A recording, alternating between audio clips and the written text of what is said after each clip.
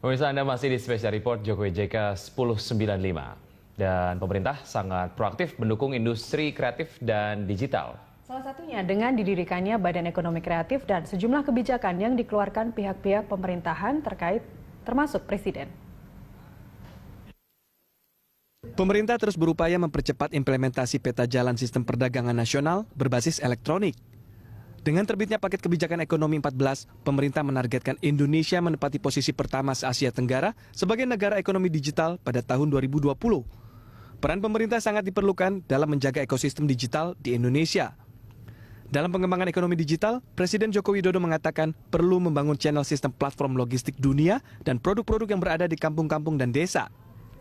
Untuk itu, Presiden meminta kepada kementerian terkait untuk segera melakukan percepatan implementasi agar tidak tertinggal dari negara-negara lain.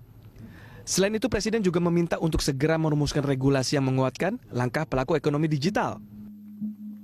Saya minta segera dilakukan percepatan implementasi, karena kalau tidak segera kita kejar, kita akan tertinggal dari negara-negara di sekitar kita.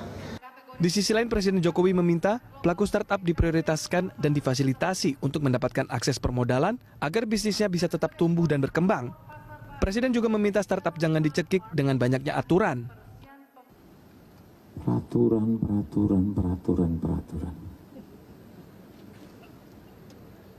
Saya saja pusing, apalagi masyarakat.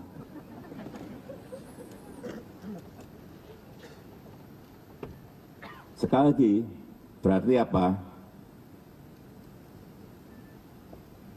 Ya, berikan ruang yang sebesar-besarnya untuk startup ini berkembang.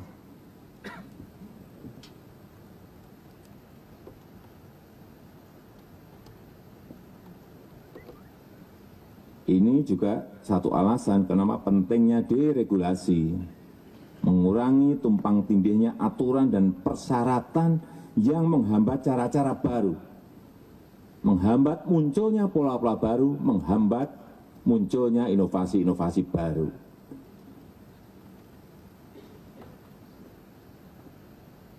Dulu izin itu sedikit, kemudian ada syarat.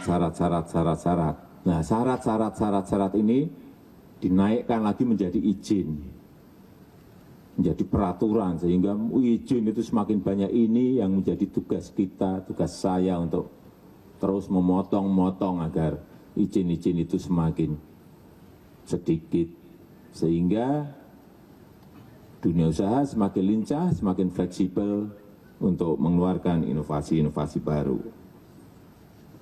Yang kedua, tadi itu sudah disampaikan oleh Menkominfo, bahwa yang namanya infrastruktur ICT ini harus dikejar.